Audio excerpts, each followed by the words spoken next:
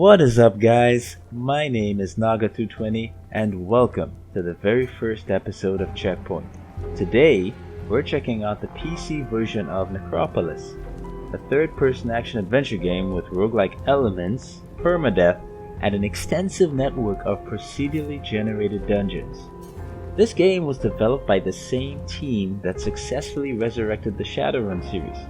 If you're a fan of the early Fallout or XCOM games, I highly recommend you check out the new Shadowrun Returns and its sequels.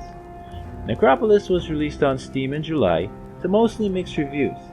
However, the developers have been hard at work resolving most of the issues that no doubt led to a lot of unfavorable reviews.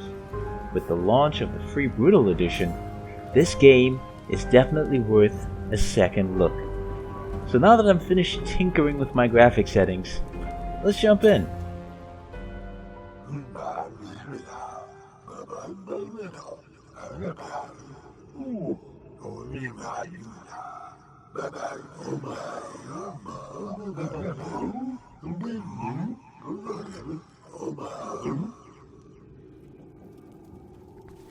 One thing I like about this game is its visual style. It's got a really unique art style that I haven't seen in many games.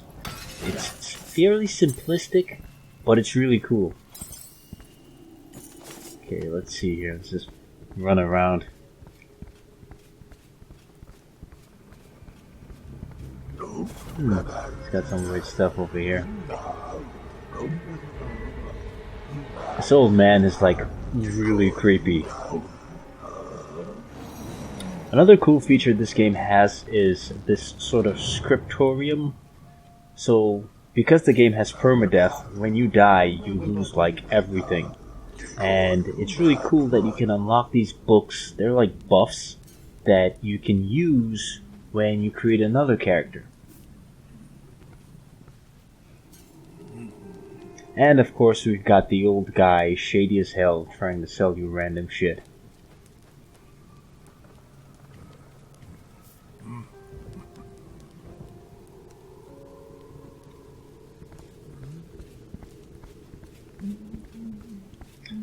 Now, like I mentioned earlier, every dungeon is procedurally generated, so you're never gonna have like the same map twice. Every playthrough, it's gonna be different, and that's a really cool feature. The only thing that I don't like about this game is the fact that it doesn't have matchmaking, so that if you want to play this with friends, you're actually gonna have to invite them. Like, you can't search and play with random people. So if you're gonna purchase this, I strongly suggest that you get like a group of your friends to buy it as well. Oh man, these shield guys are so annoying.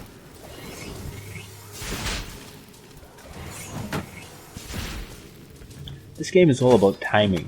You've got to really time your attacks if you want to be efficient. Otherwise, you're just gonna get destroyed. And you definitely gotta know when to block.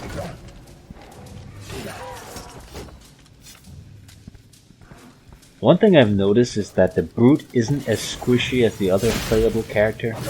He's got more health and definitely can take more damage.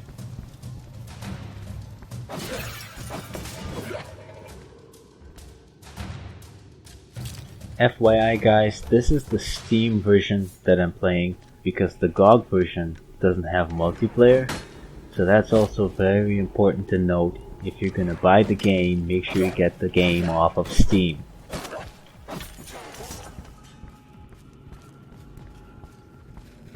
It's always looking for random stuff. Another thing about this game is like the range of aggro is ridiculous.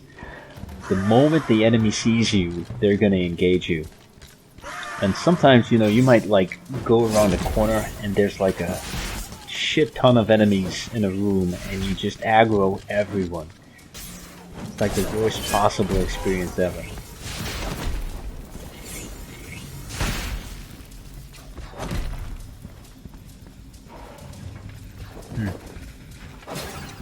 This guy looks pretty strong.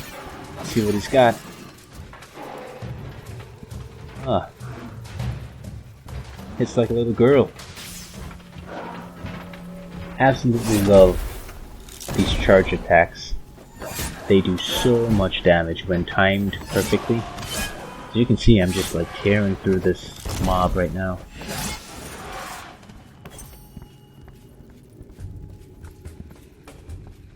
These things are like really annoying. Like some of them don't really hurt you, but there are others that like when you approach them they explode and they do like massive amounts of damage.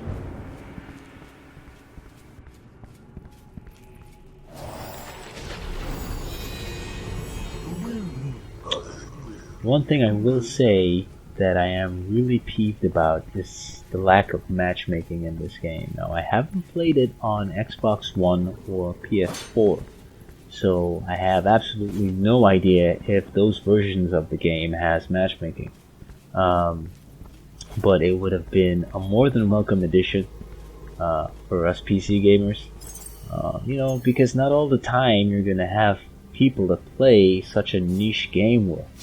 And it would have been really awesome if I could have just queued up a match and just jumped into anyone's game. This game performs very well. Like, I've had very few instances where I would get FPS drops, but the game was able to maintain a constant 60 FPS for most of my playthrough. And that's always a really good thing. Optimization in PC games. It's sad that I have to talk about this, but it has been non-existent for the longest while. You know, we have had some really horribly optimized games released on PC, and it's always good to see devs actually put the time in to make sure that the game is well optimized. These spider things, so annoying. This is definitely one game you want to use a controller. Like, you can play with the keyboard and mouse, but it feels more fluid using a controller. So I would strongly recommend that you use a controller with this game. I'm surprised that these enemies haven't started attacking me. Oh wow, almost forgot about those guys on the wall. Pretty dangerous. See, there we go. Yep, just aggroed everyone.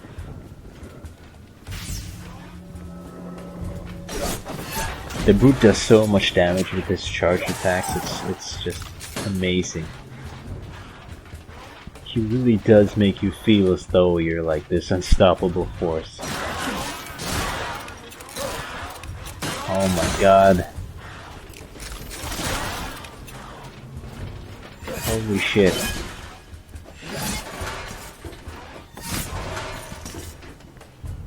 It's got some interesting gear. Always remember to pick up shit off of the monsters. Ooh, this is a cool sword. Let's see what's in this chest.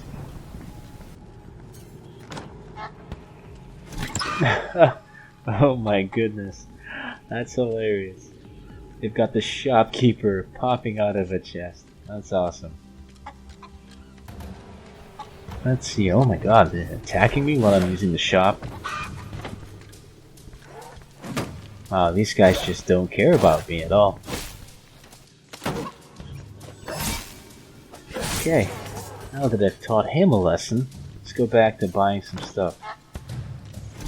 Oh my god, there's more.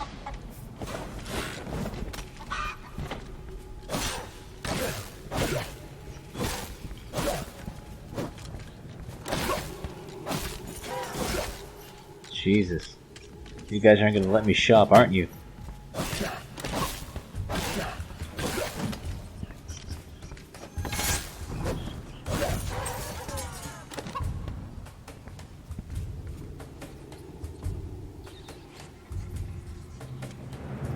Yeah, I gotta eat something then. Okay, let's see here. Oh, potion. I love how the description on every item is so ambiguous. Like, it hints at what it could possibly be, but it never really tells you directly. So it's like you're constantly playing a guessing game.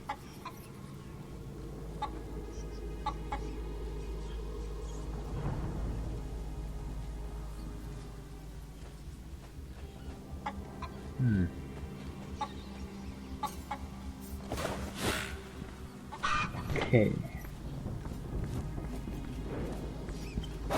And of course, gotta love the fact that you can kill 3-headed rats. Awesome.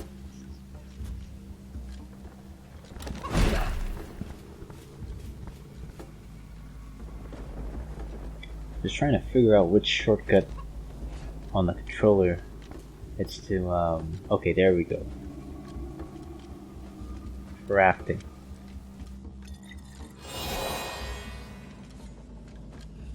Crafting feature in the game is a welcomed addition, but I don't think it's really rewarding in the long haul, because when you die, you lose everything that you have, so you have to start all over from scratch again, which sort of makes crafting a bit useless, because let's just say you get a recipe and you get some mats and you craft a really cool item, you're not going to get to keep that item when you start a new character.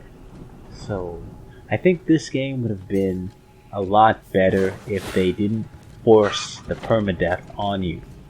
If there was an option to not enable permadeath, this game would have been like a gajillion times better in my opinion.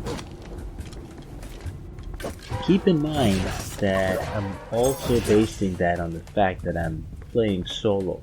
Because I'm pretty sure if I were in a group with friends with friendly fire enabled, with the permadeath, I can see this being a blast to play. But apart from that, being a solo player, it's really annoying, and there should have really been an option to disable the permadeath. The other issue that I've found with this game is there's no real sense of progression, and they should have done a better job with that. Oh wow, these statues are so sneaky. But yeah, you know, they should have had like some sort of skill tree system or something they could have added to really make you feel as though your character was actually progressing, becoming stronger. Something similar to like Infinity Blade, you know, like when you die and your guy comes back, he's got better equipment.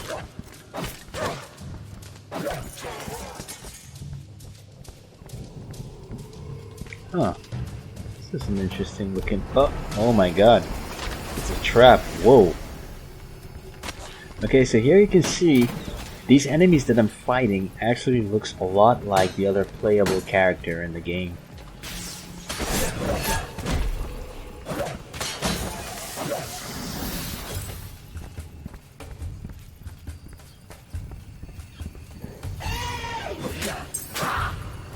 Oh my god, I'm stuck in this shit again. Jesus. Oh god, I'm gonna die. Ah, there we go. Gotta eat, baby.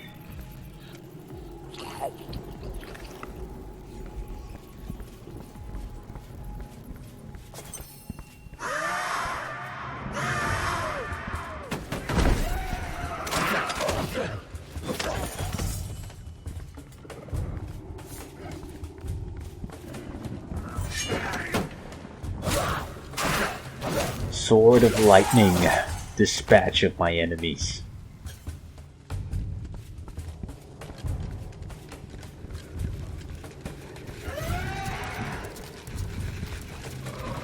Oh my god.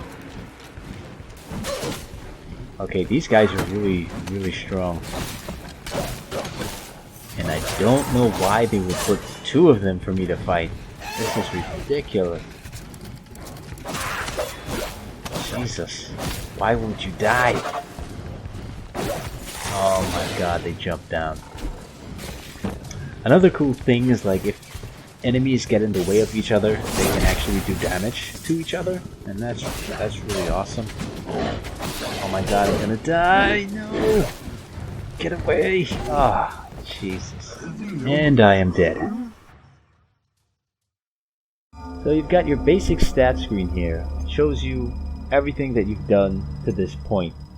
Interestingly enough, it also shows you if you've earned tokens of favor. And you can use these tokens to unlock new dice or codexes. And as I mentioned earlier, the codexes are like buffs. But the dice, however, are totally cosmetic. But they look absolutely amazing. Like if you unlock some unique type of die, you can actually use that to color code your hero. That's a bit of an interesting mechanic there. So, you know, it encourages players to play the game in order to get like new outfits and whatever. Okay, so I'm gonna play as the second hero that you can choose, which is the Blackguard. It's a really nice touch that you can actually choose the gender of your hero.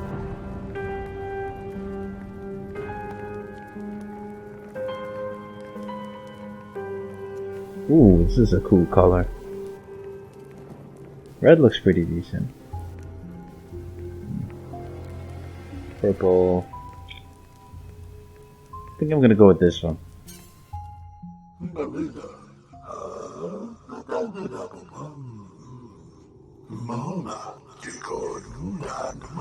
The little dialogues before the game starts, pretty interesting. They're really well written.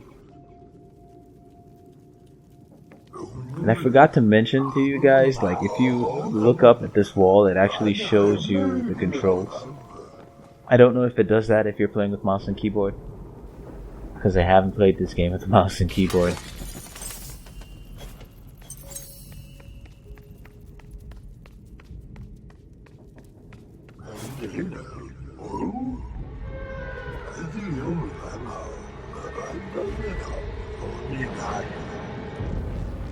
Really cool animations. One thing I forgot to touch on was the actual mechanics of the game. And if you've already noticed, to the bottom left, you've got this bar that depletes when you swing your weapon or when you sprint. It's like a sort of stamina bar, which is good because it forces you to play more tactically. You just can't spam power-ups and strong attacks. You also have the ability to lock onto enemies, charge your attacks, and dodge, which is pretty cool. All these things though use stamina, so you've got to be mindful of that. And like I said earlier, this game is all about being able to time your attacks and knowing when to block. I haven't been doing a good job of that, and I do apologize. But I'm probably going to be making more videos of this game in the future, depending on whether or not you guys would like to see me play some more of this. So please let me know in the comments.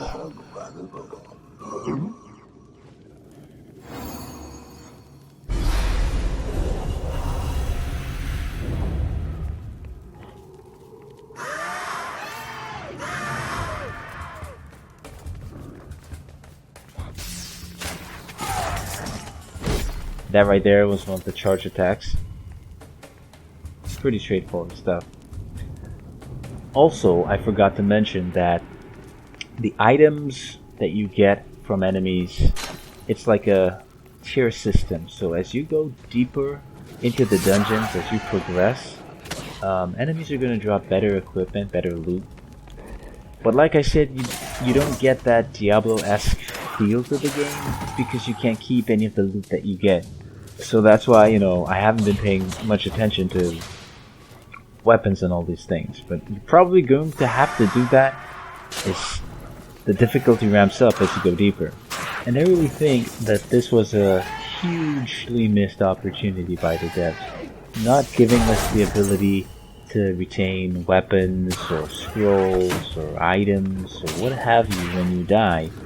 It takes away from the real drive there is to play the game once you've beaten it, or once you've escaped the Necropolis, so to speak.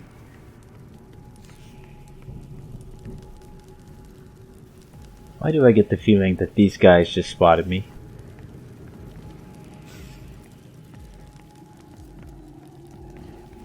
Oh my goodness, look at the range of aggro. That is ridiculous. Let me just back up here. Okay, interesting. They're backing up. So it looks as though they start attacking when I hit the staircase, which means it's probably scripted. So it's not really the enemies seeing me, but it's like some sort of script they have. When you reach a certain point, the enemies will start to attack, and that's really horrible. It's really poor game design. And once again, I have to fight two of these guys. Make no mistake, this game is difficult, especially if you're playing solo. The difficulty does not scale very well as a solo player. You will also be punished severely by the enemy AI for mistakes made with your blocking and other poor tactical choices. I'm not even gonna get time to regen my health. And these guys, they hit so hard and they knock you down as well. It's, my god, I'm almost dead. Holy shit, I'm dead again.